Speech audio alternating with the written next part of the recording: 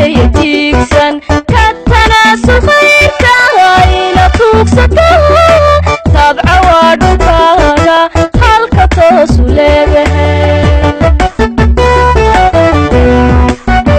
سنقاد طرق مالا توقق تحدى بيرة تبع بدر تلالا قراها توشا لمعددين كتنادا. بسم الله الرحمن الرحيم.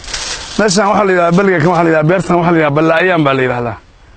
waaga hore waxa la oran jiray ballaabaar waxa loo qabi jiray dhul disirti aan waxba ka bixi karin baa loo qabi jiray laakiin maanta waa u jeedaan alxamdulillah wax walba waa ku yaalin geed ka baxa Soomaaliya oo aan ku oolin ma jiro waxay soo saartaa saytuun baa ku yaala liin baa ku taala timir baa ku taala dhinaca kale magaalada meel oo dalxiista weeyaan waa la sugu yimaadaa maalinka jimcaha meel laga gala malaha anigu marka talaahan waxaan ku bixinayaa in dhulka hadii laga shaqeeyo waxba ka soo baxaya aan dhulkeena ka shaqeysano talaahan waa soo jeedinaya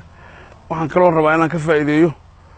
laba geed oo aan ka bixi jirin loo qabi jiray Soomaaliya inuu san ka bixi karinin baa ka baxay meeshan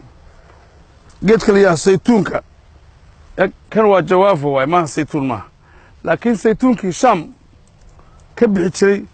baa waxaan ku beeray hal geed baan ku beeray oo tijaabo ah geedkaas wuxuu noqday geed aad iyo aad u tabargalay uu noqday marka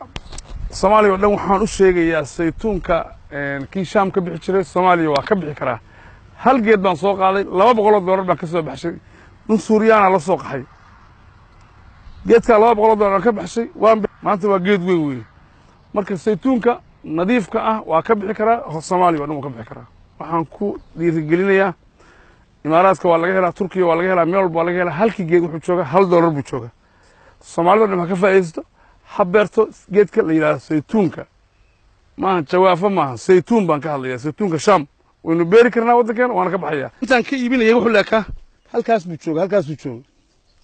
maanta intuu leeyahay uu jeedaa hadda wuxuu ku jiraa 1 sano iyo 2 bilood buu ku jiraa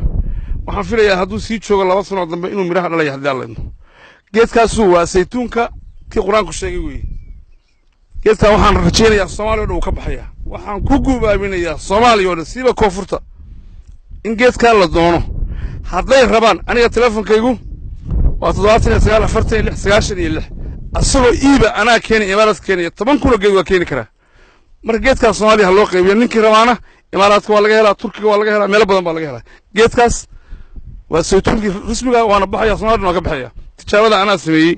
waxaan leeyahay yaa loo kala harin baasle laftigiisu waa baradhadii macaaneed weeye haddii la aydan ka dhigo tijaaban ku wadaa haddii aan tijaabada ku guuleysano oo aan ogaano geedkaas inta uu dhalo oo kiilo ka soo baxda waxaan u bedelaynaa ilaa iyo dhowr boqol ilaa adugu muxuu ahaa dhul fara badan baa insha Allah waxaan inaan geliyo marka bataatada macaan haddii la admo marka laakiin tijaabada ku guuleysano aad uga baxaysaa wadanka lama soo koobi karo inta nooca ka kooban tahay kan waa babaaygi way saas u dhalaya kan waa geedka la jawaafaha way asaguna kaas waa liintii dhinaca waxa ka baxayo dhan waa liintii waxa ka baxayo kala dhinacaas waa khasabkii geedahaas waa khasabkii muxuu ahaa ka bixi jiray jawhar waa kana waxa soo wada khasab way maalin waxa ila tahay ciyaalku iska fismisan doonaan beelada khasabka ma tirin karno geedaha ku yaala meeshan nooc timirta waxa ku taala 240 geed baa ku taal oo timira sanadkii dhow 60 geed baa noo dhalay sanadkan laakiin waxaan leeyahay ilaa 200 baa leeyahay hadii ilaahay idinkum tahriibin dhalinyaro